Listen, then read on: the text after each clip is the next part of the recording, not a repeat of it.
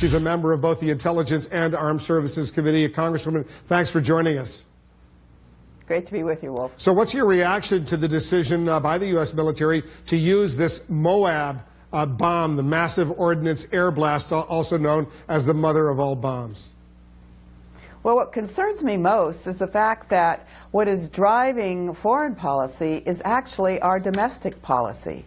And I am very concerned that the president is basically taking little responsibility, offering it up to his military when he is the commander-in-chief. And to suggest somehow that I have full authority in whatever they want to do is a little frightening to me. And I think for most Americans that he isn't necessarily front and center evaluating it, then speaking to the American people about what the strategy is and what his plans are. They seem to be driven more by what kind of impact it's going to have on domestic policy than on a cohesive foreign policy. Well, I just want to be precise, Congresswoman. If the head of the U.S. military operations in Afghanistan asked the U.S. military central commander for authorization to use this bomb to fight ISIS, is that a problem? Do you think these generals are looking at domestic politics? Well, no, I was referring to the president. Now, the extent to which CENTCOM has made that request, that certainly would be something that should be considered by the president. But there are lots of things that are said and asked for by generals that the commander-in-chief will demur on because it is going to send us into further war. Our engagement in Afghanistan has been there for decades now. It's the longest war in our history. And if we're going to step it up again, I have reason to wonder if this is the effort is really worth our undertaking at this time. Because this bomb has been ready to be used, this 22,000-pound Moab, this mother of all bombs, has been in the inventory since 2003. It was not used during the Bush administration in the Iraq War or in Afghanistan. It was not used during the 8 years of the Obama administration. All of a sudden, it's being used now against this ISIS target and these tunnels, this cave complex along the Pakistan border. And I just want to be precise on this. Do you think that was a mistake? It should not have been used now? Well, I am not in a position to evaluate what the generals have said to the president and how he weighed it.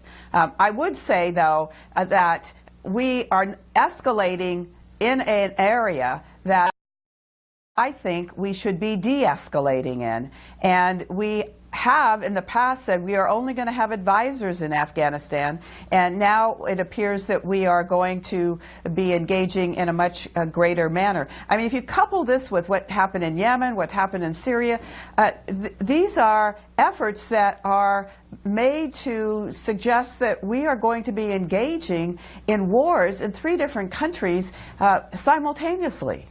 All right, let me move on because there's another development, and you're on the Intelligence Committee. I want to get your reaction to what we heard from the CIA director, former Congressman Mike Pompeo, describing WikiLeaks just a little while ago. Listen to this. WikiLeaks walks like a hostile intelligence service and talks like a hostile intelligence service. It's time to call out WikiLeaks for what it really is: a non-state hostile intelligence service, often abetted by state actors like Russia. So what do you make of that characterization, Congresswoman? Well, if you recall during the election cycle, in the last month of the campaign, I believe that President Trump, as a candidate, hailed WikiLeaks as the new savior, had mentioned it over 160 times in speeches during that period of time. So it was good for him then, it was to his benefit, and now he's changing his tune. I mean, there's an erratic nature to the presidency that is really concerning to me, and I worry that we are going to be engaging in many areas around the world without having a strategy in place and without the consultation with Congress. Because he's now, in this speech that he gave today, CIA Director Pompeo, he is confirming that WikiLeaks was working with the Russians to interfere in the U.S. presidential election. He had very strong words warning of this danger, basically suggesting it's, I'm paraphrasing, an arm of the Russian intelligence service.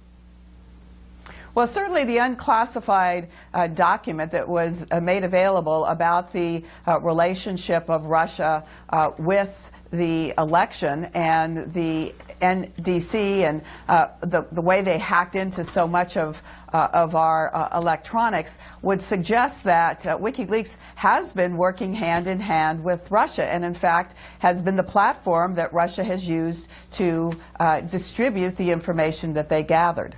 Congresswoman, there's much more we need to discuss.